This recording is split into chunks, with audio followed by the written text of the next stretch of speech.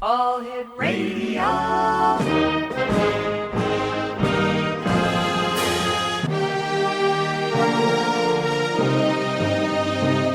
Welcome to the X Zone, a place where fact is fiction and fiction is reality. Now, here's your host, Rob McConnell.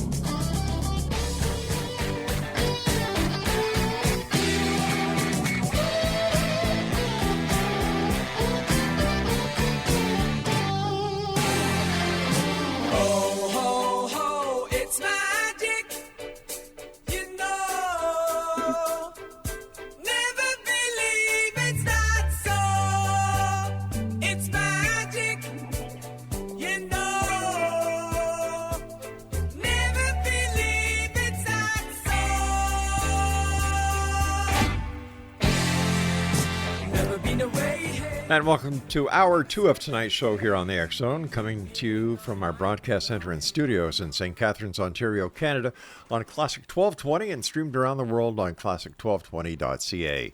If you'd like to send me an email, it's very simple, xzone at classic1220.ca. And once again, to each and every one of you, the very best of the New Year's season. I've got to tell you, folks, I don't want to see another turkey. I don't want to see another ham. I don't want to see any mashed potatoes. I don't want to see any... Oh my God, I must have gained 10 pounds over the holidays. And then my wife says to me today, Rob, we have to go on a diet. And I looked at her and I said, sweetheart, I love you, but you want to go on a diet? You go right ahead. Just don't give me turkey. Don't give me ham. Man, every year we do the same thing. And I don't know about you out there, but I've stopped making New Year's resolutions years ago because I never followed them.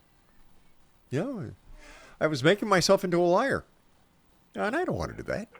But if you are out there and you're making these New Year's resolutions and you're keeping to them, more power to you. I think they should be called New Year's revolutions because they cause a bit of chaos in many families, you know. For at least the first 3 weeks, everybody's gung-ho. Oh, look at me. I've stopped smoking. Oh, look at me. I've stopped drinking. Oh, look at me. I've stopped shoveling food down my throat. And then on the fourth week, well, let's go to the bar, smoke some cigarettes, and have a couple of beer. Now, mind you, if that makes you happy, go to it. My guest this hour is Randall Smith. And Randall, welcome back to the X Zone. Great having you with us. What are your New Year's resolutions? I don't make any resolutions either, Rob. It just, you know, I don't like to fall short in life. And when you do resolutions, you fall short. So, yeah, back here in the States, we have this thing that we say we set our scales back 10 pounds. So I love it. I love it. I'd have to set mine down 20 pounds. Oh man, I'm telling you. Yeah, I don't do any resolutions. No, I try and stay in the moment. That's all you really got. The paranormal is a very interesting topic. How did you get involved in it, and what was it? What was the catalyst that made you want to do what you're doing today? Well, I went into a garage with my dad, and he was working on a car. Mm-hmm. I was 6 years old. The car was running, and there were 2 or 3 of them in the garage. Not cars, but my dad and his friends. He went over to help them work on a car. Yeah. The front door was open, but the overhead door was closed because the car was in there, and they were working on it. You know, so I'm inside the garage, and they didn't know I was in the garage. So I'm playing behind the car, and it's running. Ooh. I remember getting dizzy, and then I fell and busted my head on the bumper, and I was gone. I went to the light. I went to celestial cities. I went to the libraries. I went to lots and lots of places while I was there. I wound up in a place that was a very large room, and in the middle of this room was an octagon-shaped well. It was really rather large. I was only 6, so perspective I can't even guess. So, and I was urged. I had these 2 beings next to me the entire time. I was going down the hallways and the streets and places like that. These beings have been with me the entire time, and they, you know, with me in this room. And I was urged to put my hands in this well. And it looked like a well. There's energy coming up and down in it, and it looked like confetti, different colors of confetti. And when I put my hands in there, I got a light tingling. It wasn't a shock, but a tingling sensation going on in my hands. I still can feel that now. And I pulled back, and I'm kind of looking at it. I got it in my hands, and it's kind of running over my hands, and I put them back in there, and I'm going, oh, this is kind of weird. So, and then I'm looking around, and these rooms appear off these 4 hallways, right in front and both sides, behind me. And when I saw them, I heard one of the beings in my head say, anywhere you want to go. And I turned to the left, I turned to the right, and I turned back to the left. And when I turned back to the left, they were reviving me on a couch in their house. Mm-hmm. And, there was about 20 minutes is what I was told that I was gone. And they took me to the hospital, took me to the doctor's office later on, and, crap like that. So from that moment on, I was 6. I was born in Tennessee. I'm raised in northern Indiana. And I grew up in a Southern Baptist family. And my family was very religious. My mom's dad was a preacher. So every time he's turned around, he's going to hell for something or another. I know, right? So going through life, I would see things, I hear things, I sense things, I smell things. My intuition is, I have good intuition, okay? Lights go out when I'm around and things like that. So a lot of paranormal happens around me, and it has always happened to me. I didn't know at the time that I had died.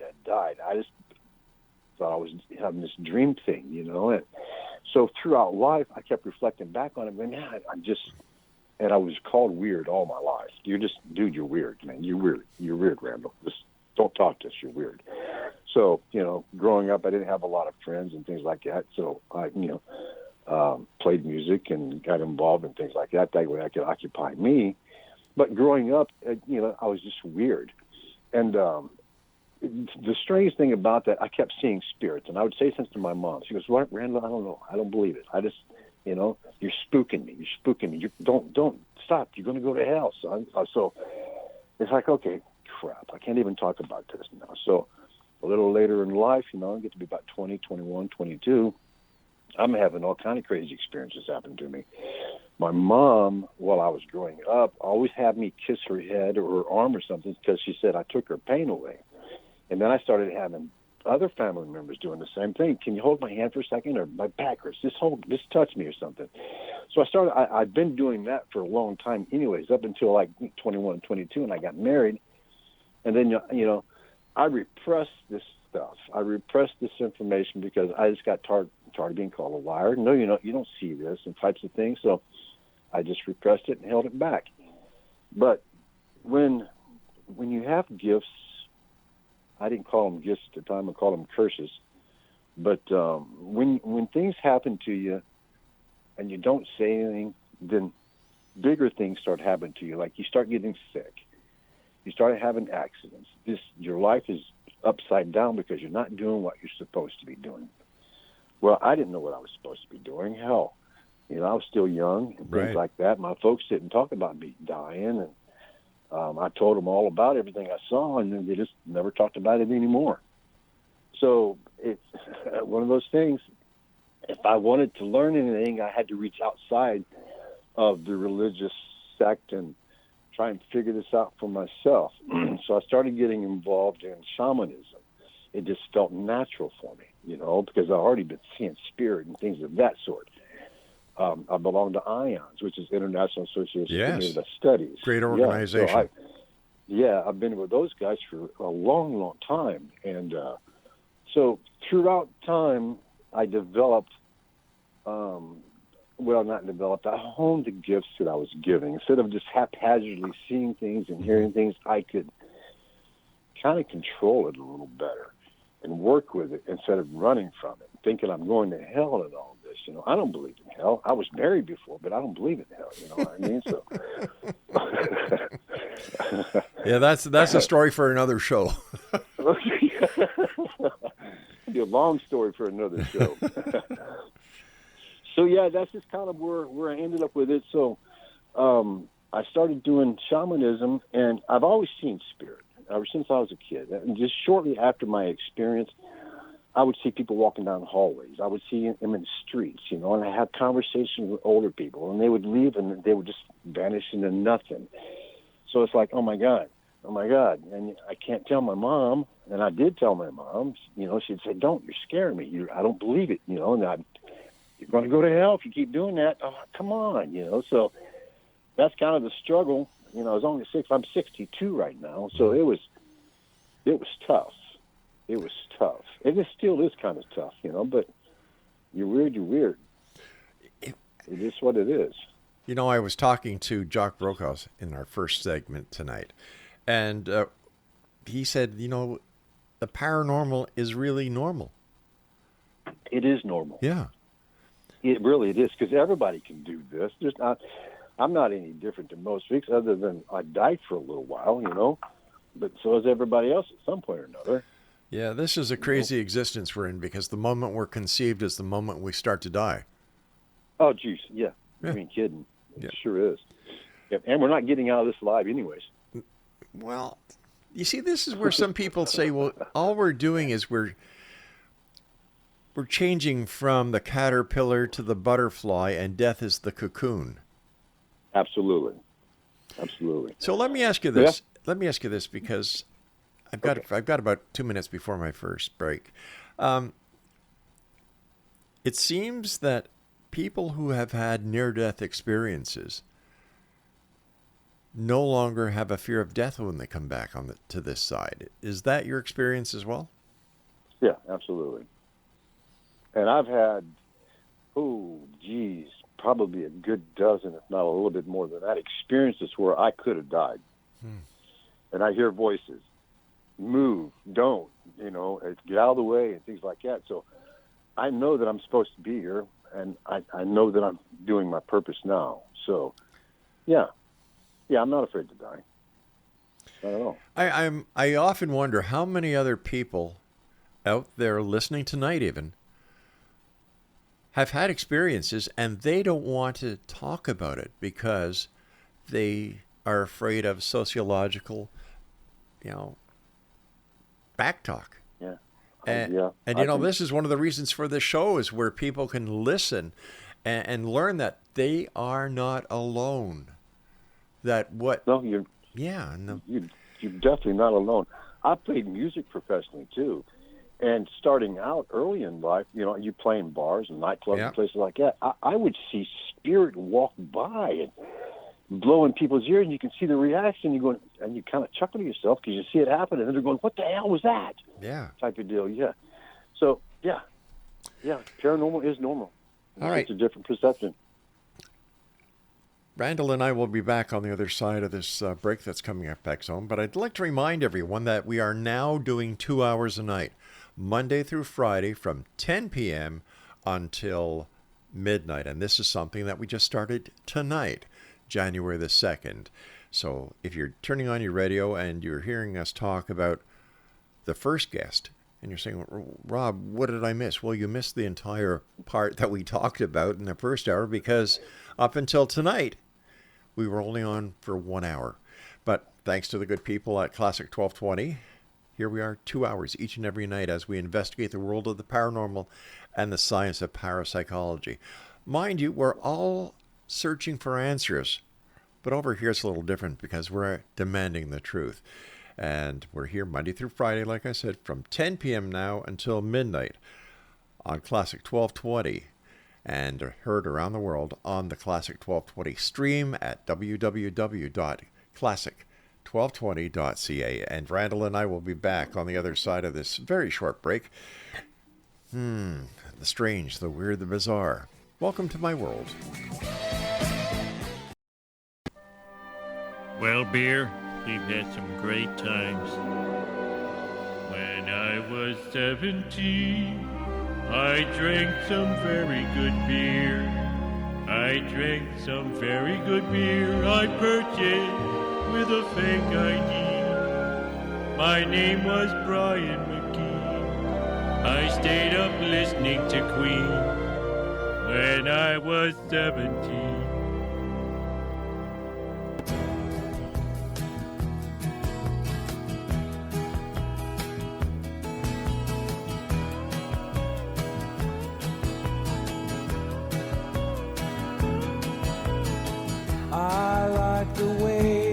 sparkling earrings lay against your skin so brown. And I wanna sleep with you in the desert tonight, with a billion stars all around. 'Cause I got a peaceful, easy feeling, and I know you want. And welcome back to the X Zone, everyone. That was the Eagles and Peaceful Easy Feeling, and you're listening to the X Zone Radio Show right here on your hometown radio, Classic 1220. And our email address is xzone@classic1220.ca. And we're streaming right around the world and into the great beyond on classic1220.ca. Randall Smith is our special guest. We're talking about the strange, the weird, the bizarre. No, I'm not talking about my high school reunion. I'm talking about the paranormal, mind you. Plenty of weird things happened way back then. And I must have a good memory because I can remember most of it. That's why I'm sitting here turning red, blushing. Randall, welcome back, buddy. Thank you. Thank you, Rob. Appreciate it. What is your most passionate part of the paranormal that you like to delve into? I like to help people cross over. And what I mean by that is when there's hauntings going on and things of that sort, and they went through their list of people to call, you know, the clergy, friends, family, whatever, and they can't get the spirits to leave, they call me. I'm not a ghostbuster or nothing like that. In shamanism, it's called Psychopomp. Right. What that means basically is I help people cross over. I don't usually take them by the hand or nothing like that and walk them over. I ask for spirits, family, friends, and loved ones of the light to come forth and assist and help with the healing. And I do a few other little things in the space, and before you know it, there's spirit there to help whomever's there, and they cross over. And there have been many situations, Rob, where it is so just heart-wrenching and touching to see people finally get to go home. You know, they've been here for so long, and there's no things really such as time other than what they see in front of them is changing, but the place that they're in is the same. So when they see their family, friends, or loved ones come for them, they usually will go right away without hardly any resistance whatsoever. That to me is, it's besides seeing my daughter being born, I just love that. I mean, I love that. It can be tough sometimes. Mm-hmm. It's emotional, and what you see, I don't usually see carnage or things like that, but I will be told how things did happen or what caused a person's death or you know, something like that. But for the most part, I don't see any carnage, nothing like that. But I do love helping people cross over. Why is it that some spirits stay behind and others go right to the light as soon as their time has come here on this planet? Okay. There's quite a few reasons, and there's some that I don't know. The big one is religion. And it's no disrespect to religion whatsoever. But no, of course not. It's like I was being told earlier in life, you're going to go to hell, you're going to go to hell. Well, everybody goes to the light. Regardless of what you've done, everybody goes to the light. So there is no such thing as hell. If you're created in the image and likeness of God, why would God send himself to hell? Sure. Doesn't make any sense to me. Okay, so you don't go to hell. That's one of the big reasons why a lot of people don't cross over, because they're thinking they're going to go to hell. And then you have these situations where you don't know that you're dead because it happens so fast you didn't know what happened to you. You just keep carrying on. When you die, your soul leaves the body. You hover around for a little bit. You can hover around for days, sometimes years. Oh my gosh!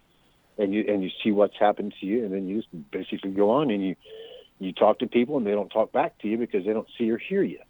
And then you find other people who have passed, but they haven't crossed over either. And then now you got bunches of people hanging out in the 5th, 6th, 7th dimension. In the blue-gray world is what we call it. It's not purgatory, but it could be classified as purgatory. But that's the blue-gray world where spirits hang out in. See, I believe that hell was invented by the different religious philosophies in order to keep the flock under control. Well, you got to pay for the Vatican. You got to pay for all of that. Yes, you're exactly right. Yep. That's been in place forever and a day. Yeah. So those are the reasons. And like I said a minute ago, that they don't know that they were killed because you get shot without even knowing you're shot. You're going to walk around for a little bit, talking to your buddies, wondering what the hell happened.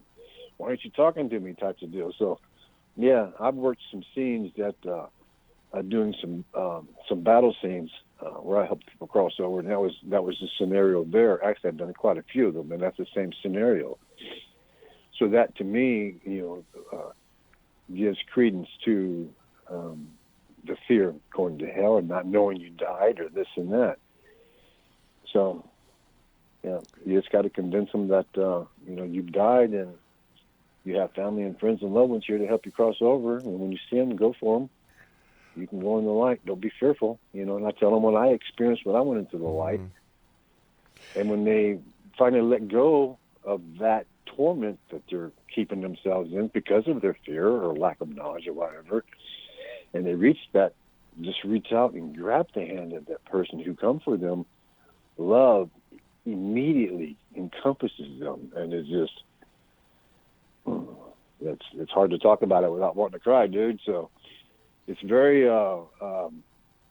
very heartwarming to watch them cross over. I would imagine. Because they've been here forever. Yeah, that must. Do they keep track of time, or does time not exist with them? There's no time. No, it's just us when we look at our watches, and there's no time here neither. We live in multiple universes, so parallel at that. So there's no time. It's just a moment. I know that you're a dad, and you're a very compassionate person, and you're also very empathic.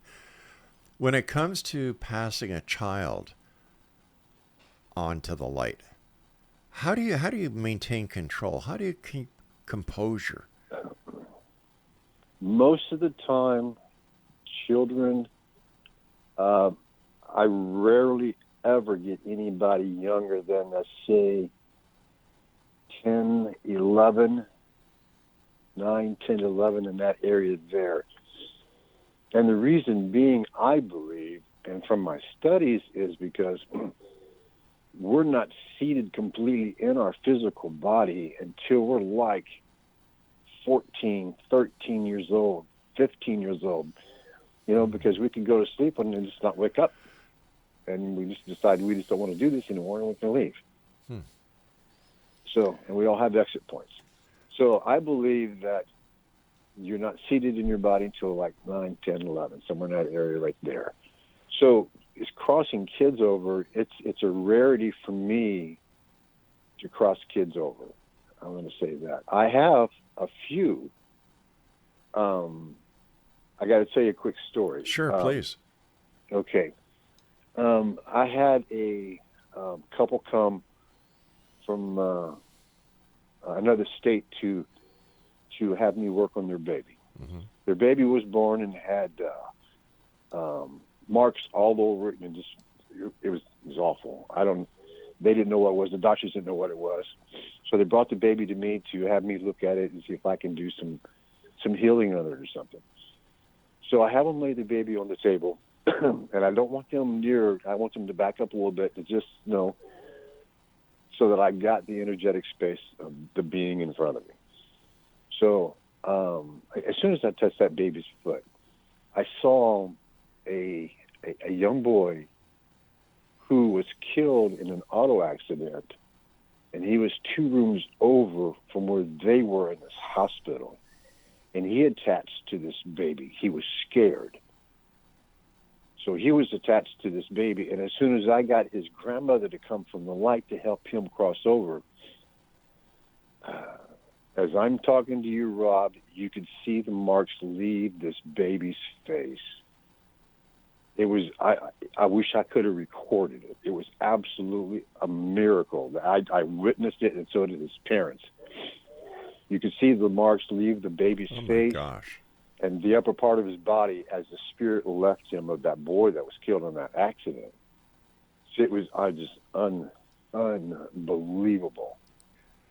Yeah, and that was the one that I can remember that I've done. But he was in the hospital, and the kid was in 2 rooms over, had died in a car wreck, and his spirit was walking around in the hospital. So he reached over to the baby to see if he could help, and when he did, he attached to the baby.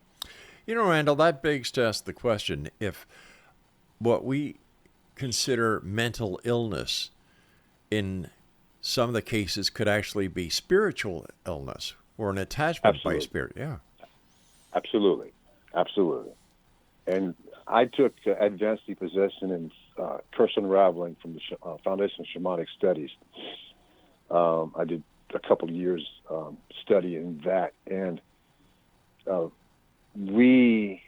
they had did trials, and I participated in my own investigation of the same thing, because I do have a lot of clients. I got a pretty extensive client list that I do healings and stuff on. I work with. I don't do the healings. I'm just a hollow bone. The energy comes through me. I'm just holding space. Right. I'm nothing special. Okay, so I've got an extensive client list. But anyways, so they come to see me, and we get things done. I mean, I forgot where I was going with this. I got off on something else. I was going to get emotional there for a second, thinking about that kid. Sorry. Children bring out the best in people. Oh, it does. Absolutely. Yeah. It sure does. So I didn't really get a lot of kids to cross over. Mm-hmm. Thank God, because they go rather quickly. How do you know? How do you know if a child has crossed over? I see them going to the light. There's a glow that happens in the room or wherever. If there's spirit on the land, mm-hmm. there will be a slight little glow somewhere within my vicinity when people are being crossed over. And if your perception is heightened enough, you'll experience it too if you were there. So I can see the spirit, the soul, mm-hmm. go up into the air just a little bit, and then it fades into the light that I see. And when the area is clean, then the light will just basically fade away. And then I can feel the difference in the area or the home or the person immediately when the spirit is gone. Stand by, my friend. We've got to take our break at the bottom of the hour. Exonation. Randall Smith is our very special guest this hour. When I come back, I'm going to give you Randall's Facebook page, so get your pencil and paper ready. Everybody have it? All right.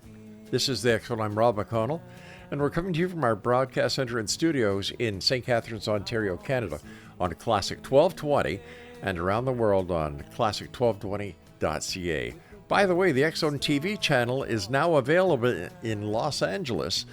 To find out more about that, go to simultv.com and type in X-Zone TV channel. We'll be back. And I know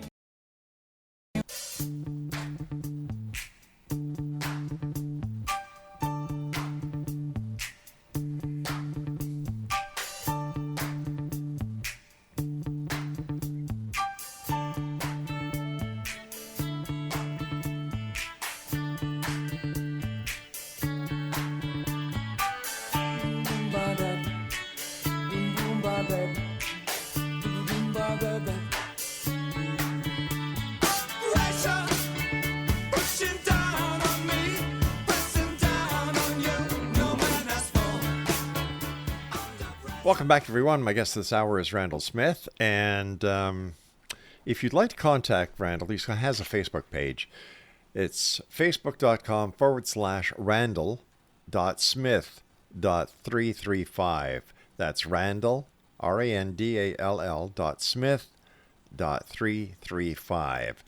And you're listening to the X-Zone Radio Show right here from our broadcast center and studios in St. Catharines, Ontario, Canada, on Classic 1220, and heard around the world on classic1220.ca.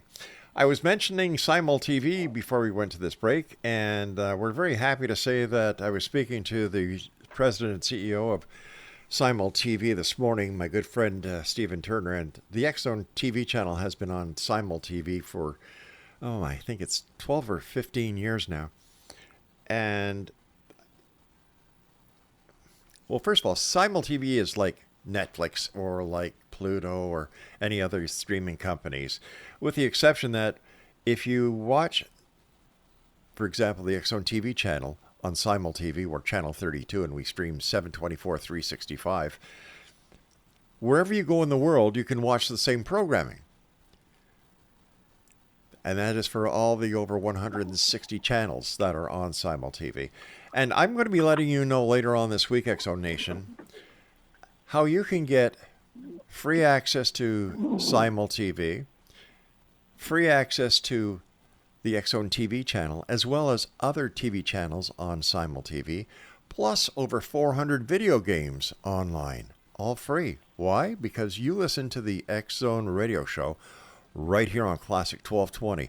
And all you're going to need to do is send me an email at xzone@classic1220.ca and say, hey, Rob, I'd like to get the Explorer package for Simul TV, and I will send that to you 100% free.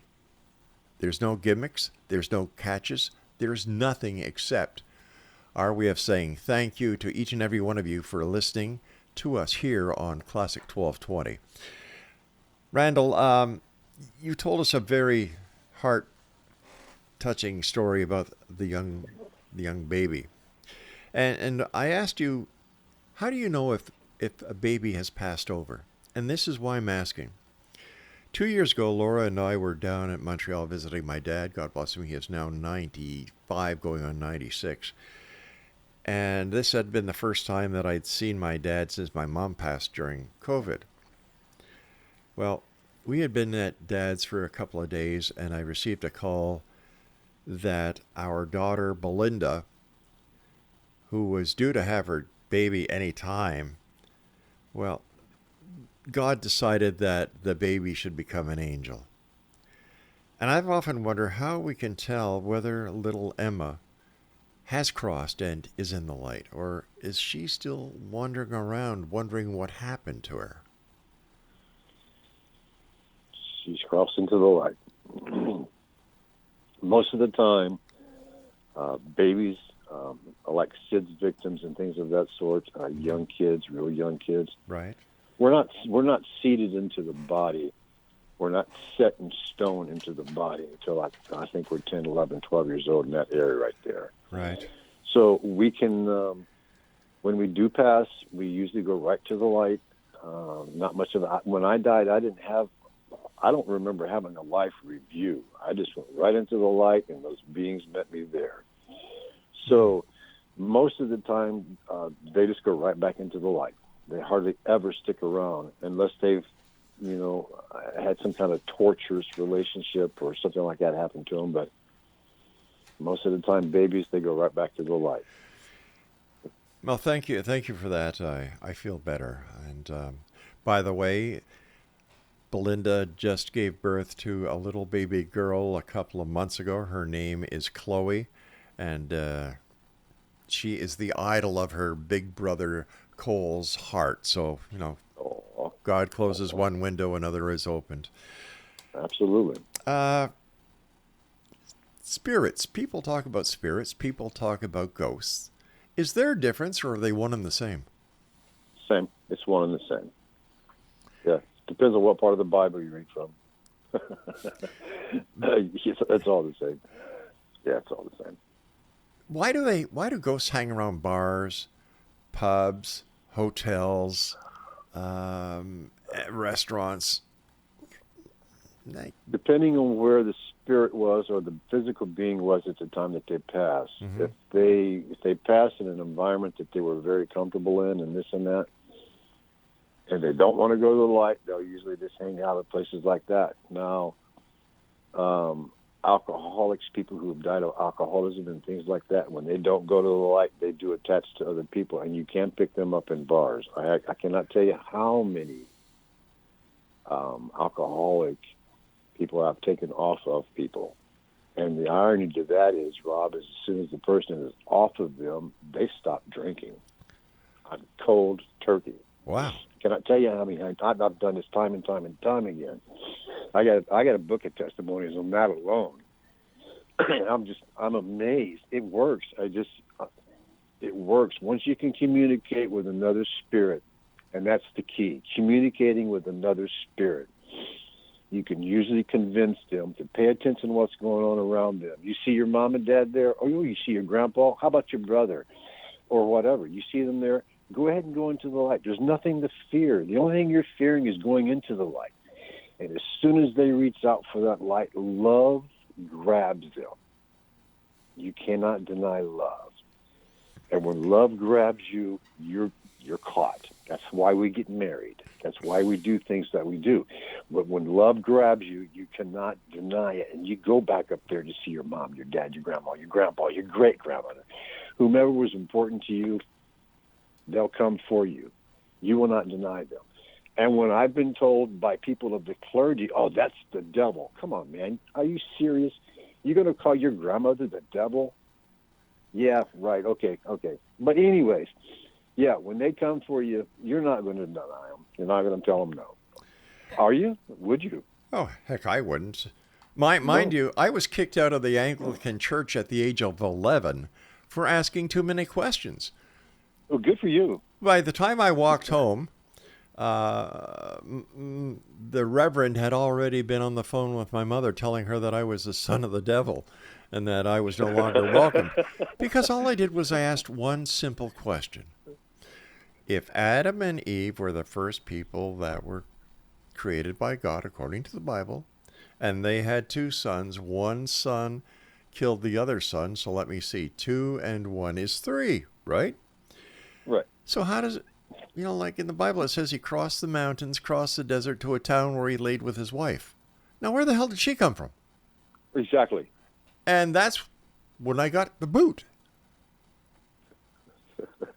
What was it when you said, where the hell? Or I did say that because I was frustrated. I wasn't getting any answers. And I think that this is what a major part of our religious philosophies are. Well, especially Christianity. There's so much mysticism that is held because it seems to be a power hold against those who believe in their chosen form of religious philosophy. And let's face it, religions are corporations. Well, the Catholic faith, you've got the Pope, who in my opinion is the chairman of the board and CEO, and then you have the bishops who are the board of directors, and then you have the parishioners who are the shareholders. Yeah. And I think that we need to take a better look at things, whether it's religion, whether it's the paranormal, whether it is any of the philosophies that are tabooed, and put them in a spot where they can all be looked at under the light of day and see that they're not very different at all. No, they're not very different at all. And the bottom line of the secrecy, too, with the church is they don't want us to know that we are awesomely powerful spiritual beings. Awesomely powerful spiritual beings. And we are capable of doing anything and everything. They don't want you to know that you're powerful. Well, you know what? I agree with you 100% there, my friend. I truly do.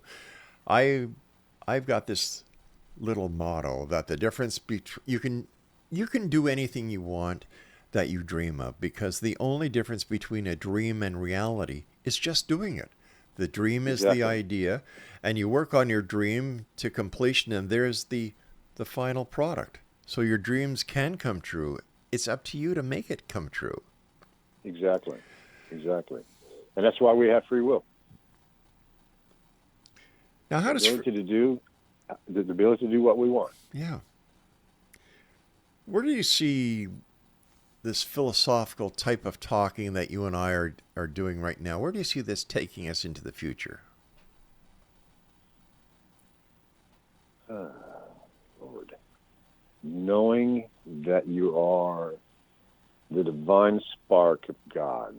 We are awesomely powerful spiritual beings. Love is the greatest strength there is. And I believe that when we all recognize that we are truly powerful spiritual beings, then we can change the way the earth is right now. There's more and more of us coming out now because of everything that's been happening. Yeah. Everybody wants to find their true spiritual path. And who am I? What am I? That's where I see it going. I believe that the secret has been in front of us from day one. In the Bible it says, and God said, create, he created us in his image, in his likeness. Therefore, whatever God can do, we can do. Exactly. It's Exactly. And even Jesus said that too. Yeah. Do these and greater things than I. So yeah, it's I became a shamanic practitioner and a Reiki master, and I did that so that I can get clients in, not to deceive people. Don't get me wrong, but when you tell people you're a natural hands-on healer, then there's a lot of skepticism that goes on there. So I'm a shamanic practitioner, I'm a Reiki master, and things like that. So let's take care of some spiritual matters and things like that, and it does help. And I have seen, to piggyback on our conversation, that the circle of awareness and knowledge is getting greater and greater. So there is an awakening process going on, and we did shift dimensions not long ago. It's a gradual process, but we are going under a transformation on the planet now as it is, and also as a species. So things are definitely changing. For the better, I hope. Absolutely for the better. All there right. will be 1,000 years of peace. All right, stand by, my friend. You and I have to take our final break. And Exo Nation, if you'd like to check out Randall's Facebook page, go to facebook.com/Randall.Smith.355. And if you'd like to send me an email, pro-con about the show, the content, our guests, or myself, exonet, classic1220.ca. The Exxon, a place where people dare to believe and dare to be heard, is heard Monday through Friday from 10 p.m. Eastern until midnight, right here from our broadcast center and studios in St. Catharines, Ontario, Canada, on Classic 1220, and streamed around the world on classic1220.ca. We'll be back as we wrap up tonight's show here in the Exxon. Don't go away.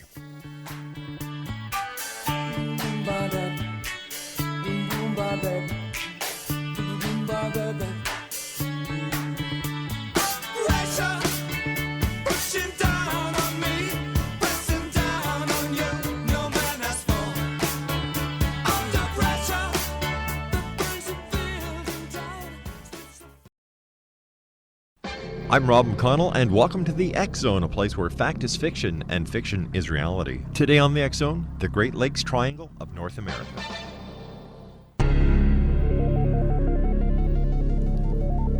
Found in the heartland of North America, these landlocked yet connected lakes, which eventually empty into the Atlantic Ocean, have become the scene of more mysteries involving ships, aircraft, people, UFOs, ghosts, and phantom ships than the Bermuda Triangle. 1/16th the size of the Bermuda Triangle, Lady John Graves Simcoe was the first European to chronicle the strange orbs of life that have been seen above and below the waters of Lake Ontario. First Canadians tell of great cities which surrounded the Great Lakes where men flew without wings. The Great Lakes Triangle of North America, one of the world's greatest mysteries, right in our own backyard.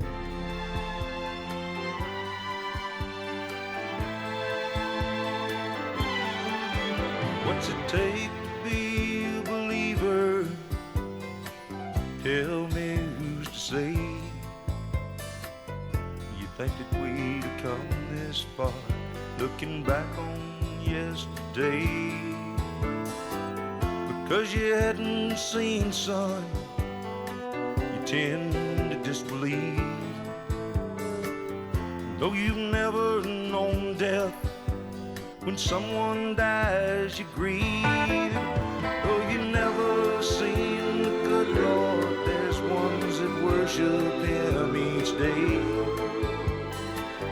Find them in the chapels and on their knees to pray. What's it take to be a believer? And welcome back, everyone. First of all, I'd like to thank our guest tonight for joining us, Randall Smith. And if you'd like to contact Randall, he's got a Facebook page, facebook.com/Randall.Smith.335. And we're coming to you tonight, hour number 2 of our brand new schedule, Monday through Friday from 10 p.m. Eastern until midnight, right here on Classic 1220 and heard around the world on classic1220.ca. You know, it's funny, we started our very first radio show on 1220. Back then it was called CHSC 1220. And here we are 30 years later, starting at the very first place we started. It's like a second birth. There, you know, what goes around comes around. There we're talking about karma again. And if you'd like to send us an email, tell us your thoughts. If there's somebody special you'd like us to bring on the show, or maybe you'd like to have another listen to a show that we did, just send me an email, xzone@classic1220.ca, and we'll get right on it. Randall, as always, great talking to you. Thank you, Rob. You too. So where were we going before we went to the break? You and I were talking about something. Yeah, we were talking about kids crossing over, and you know, if they're young and so on and so forth. And I was talking about the life review. Now, the life review. Now, granted, mine wasn't very long at all. I was only 6. It ain't like I've done a lot of things between when I was born and 6. So mine was rather short, but I just still had a life review. But the thing and the key about the life review is you will become everybody you've ever encountered, including your dentist, your doctor, your teachers, all of them. So when they tell you, do unto others as you would have them do unto you, there's 100% truth in that verse itself, because you will become everybody you've ever encountered your entire life. Not only will you become them from what you had said or done to them, you'll see how it feels for them and how it's affected them and who they do things to because of what you said to them. So the life review is what's the life changer for everybody who's ever had a near-death experience. Mine was putting my hands in the well and my life review, but almost everybody else is their life review because of what you go through. You're judging yourself. You're not being judged by God or your angels or your guides or anything else. You judge yourself. And then your guides will talk to you about what you're judging, but for the most part, you're not judged by them. You're judged by yourself. That's how you learn, is judging yourself. I would imagine that when we judge ourselves, we're more critical than if somebody else was judging ourselves, especially in that situation. Absolutely, because we know all the truths and we know all the lies. Everybody else doesn't. So we know it all. What is your take on reincarnation? I believe we cannot, by any stretch of the mind, get it in one lifetime. We're on an emotional planet, and our emotions base everything. Our ideas, our decisions, everything is based out of our emotions. So to think that we can get all the emotions down right, how to treat people down right, how to live right in one lifetime, it's impossible. It's impossible. Impossible. And I think we've been many different things in lifetimes, from men to women, black, white, Asian, Hispanic, everything. I think we've been it all. That's how we learn our lessons. That's how we grow as a soul. Grow as a soul. Yep. It's soul growth. It's all about soul growth. But you would think that we would learn by now instead of having to come back over and over again. Or, there are those who talk about the Akashic records where all the records are there for accessibility. Why don't we just go to the Akashic records and learn? Or is it that important to the survival of our spiritual realm that we experience the event ourselves so that we can be better people? Yeah, be better people, absolutely. We came here to be like God. We are created in the likeness and image of God, so we are that. Mm-hmm. And I get asked a lot, do you believe in God? No, I don't believe in God. I know God. I know God. I look in the mirror, I see God. I walk outside, I feel God. I see God in everything out there. God is. He says it. I am that I am. Yeah.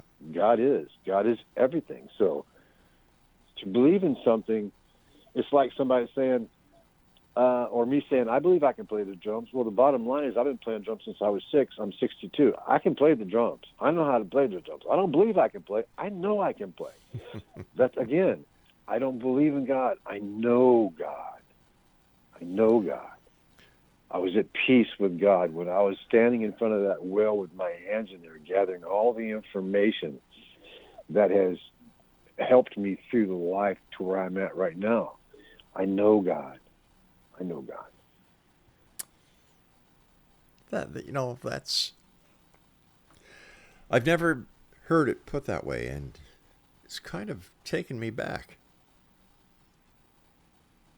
Do you think that in today's society, with all the upheavals that we have, that we need to, as a society, take a closer look at our religious philosophies, and especially the books that guide the religious philosophies?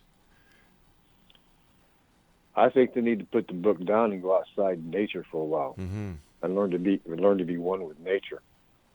Because then, just look around, look at the birds, the animals. Yeah. They're all taken care of. They're all taken care of. We're the ones who are worried about everything else. Get back to nature. Get back to the basics of life. Then you'll discover God. God is everybody. God is everything. Yeah, you got to put down, I hear people quite a few times say that you need to pray, get down on your knees, get down on your knees. Why don't you get up off your knees and do something? We're here to do things, not just pray all the time. I pray, I meditate every day. I pray all the time. I'm in a constant state of prayer and a constant state of gratitude. But I'm not on my knees. If I need to get on my knees, I do. But I like to take action. I like to do things. I like to make sure things are getting done. People need to be loved. People need to be cared for. A lot of people need to be guided. My phone rings all the time, Rob. People needing help. It's just unbelievable, the despair that's going on right now. Have you found there's been an increase in despair since COVID? Yes, and despair, suicide. Yeah, drugs are just absolutely crazy. The fentanyl problem is just absolutely crazy. Yeah, we've lost our way. We've lost our way. We need a big spiritual event to happen for everybody to see it and find their way again. What kind of spiritual event? The second coming? I'm not really sure. No. To think that Jesus is coming back for us, I find that very hard to believe. We came here, we're heroes. We're heroes for coming here. Archangels have never stepped foot on this planet in the physical form. We are the only ones who have done this. So we are the heroes for coming here. We are here to save ourselves as a spiritual being, not run the road of rapid debauchery or things of that sort. But yeah, we're here to save ourselves. We are the heroes. We are the heroes that sent us here. We chose to come here. We chose to be here. We chose everything about this life that we're in. We were given choices when our parents conceived. We were given choices as to what body we wanted. When parents conceived, we were given 3 or 4 choices within the parameters of coming into this lifetime, of the different choices within our body. There are books out there, too, that also discuss this. Dr. Michael Newton, any of his books will also cover this. So, yeah, we choose the physical body. We choose our incarnation. We choose our parents and this and that. Our parents typically aren't our soul parents. They're just the vessel to get us here. It's coming to the time where you and I are going to have to say so long. But what I'd like to do is I'd like to give you a little bit of time and share a message that you think the X Zone Nation needs to hear. Okay. I think I said it here a minute ago. You are the hero in the mirror you're looking for.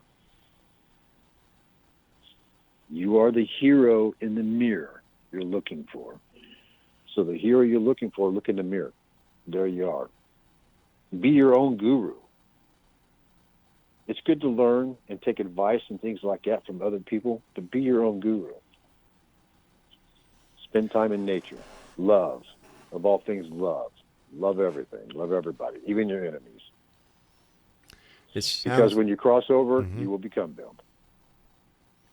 How long does it take once we've crossed over before we come back? Oh, that's a big question. It could be 100 years, could be 5, could be instantaneously, depending on the choices you made in the between states of incarnation as to how long it's going to take you to come back. Sometimes it's instant. Sometimes it's 100 years or 200 years. Nobody really knows. That's really between your guides and you as a spirit being at that point. Fascinating. Again, I want to thank you so much for joining us tonight, Randall. Always a great pleasure. And I look forward to the next time you and I get back together here in the X Zone. Thank you, Rob. I really appreciate it. I look forward to seeing you or hearing you again. All right. Take care of yourself, my friend. Okay, you too, buddy. All right. Bye-bye now. Exonation, my guest this hour was Randall Smith. And if you'd like to find out more about Randall, here's his Facebook page. Facebook.com/Randall, RANDALL.Smith.335. Well, that's it for tonight, Exonation, our very first 2-hour show here on Classic 1220. But we're going to be back tomorrow and Wednesday and Thursday and Friday and every Monday through Friday from 10 p.m. until midnight, right here on your hometown radio, Classic 1220, and streaming around the world on classic1220.ca. So until tomorrow night, as once again we cross the time-space continuum to this place that I call the X Zone, always take care of each other. You are your brother's keeper. And keep your eyes to the sky and your heart to the light. From everyone here at Classic 1220 to each and every one of you out there, good night.